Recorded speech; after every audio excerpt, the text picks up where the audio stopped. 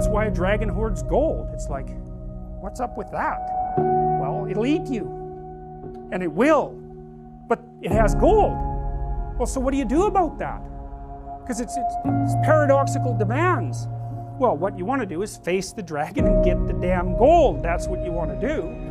Well, you have to be a paradoxical being even to do that. So, you know, in The Hobbit, for example, when, what's his name?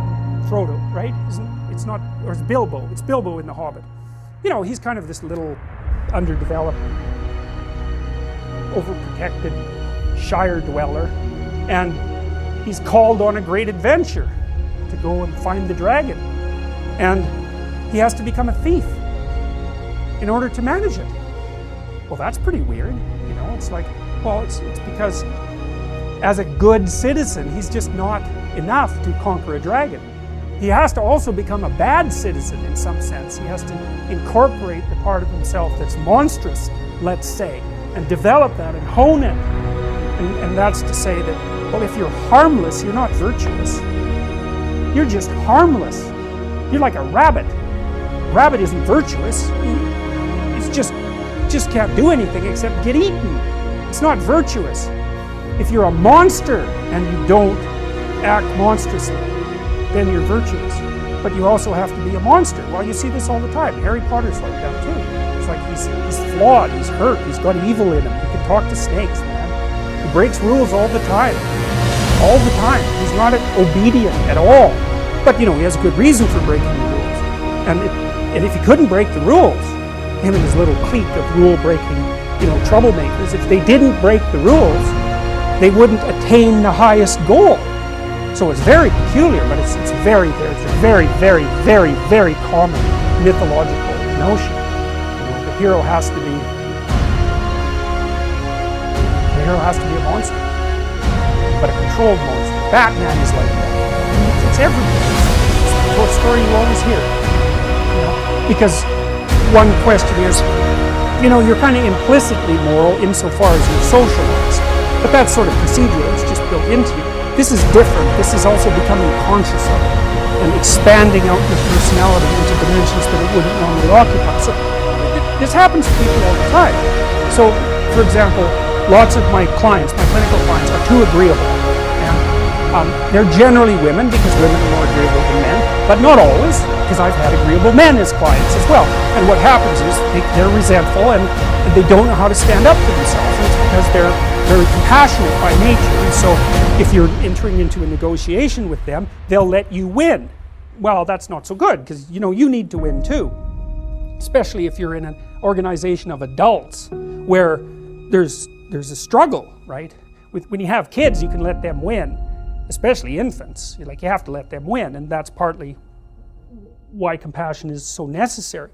But as a basis for negotiation between adults, it's like, sorry, it's insufficient. You have to be a bit of a monster so that you can say no.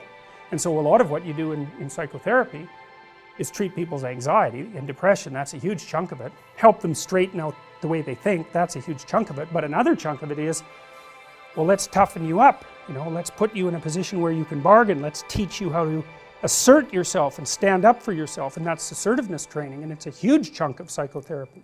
And you need to learn it. It's like, because part of how you regulate your interactions with other people is to negotiate. And you cannot negotiate unless you can say no. You can't do it.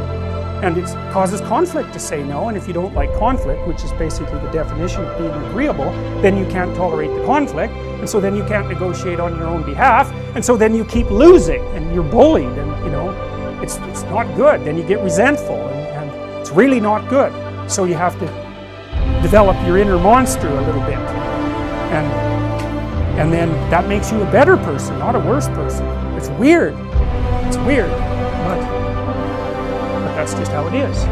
Fundamental theological presupposition that the way that you take the potential upon which the cosmos is predicated and cast it into the order that allows everyone to thrive is by using truthful speech.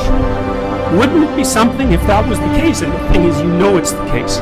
You know it, because you do not admire yourself if you're deceitful. You admire yourself when you have those rare moments in your life where you can actually stand up and say what's true, regardless of the cost. And if you give that respect to other people, if you treat them as if they're the locale of the divine speech that casts potential into habitable order, then they like you. Maybe they even love you and they get along with you, and you can work with them and you can cooperate with them and you can compete with them.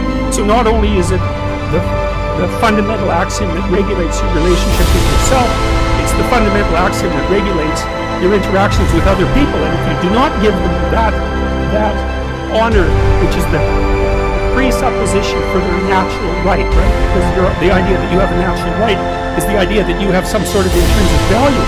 If you don't treat people as if they have that intrinsic right, they are not happy with you, even if they don't know why.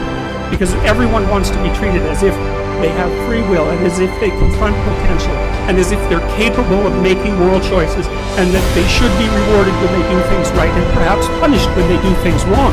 Everyone wants that, and everyone knows it. And so what does that all have to do with free speech? Well, yeah, everything. That's exactly right. So what that means is that the human spirit fundamentally triumphs over death. And so that's optimism, in the midst of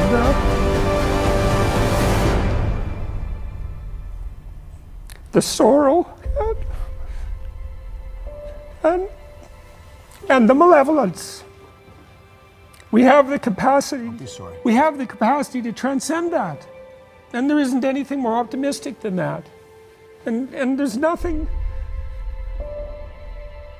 in it that isn't good, right? It's good for you. It's good for the people you love. It's good for the broader society.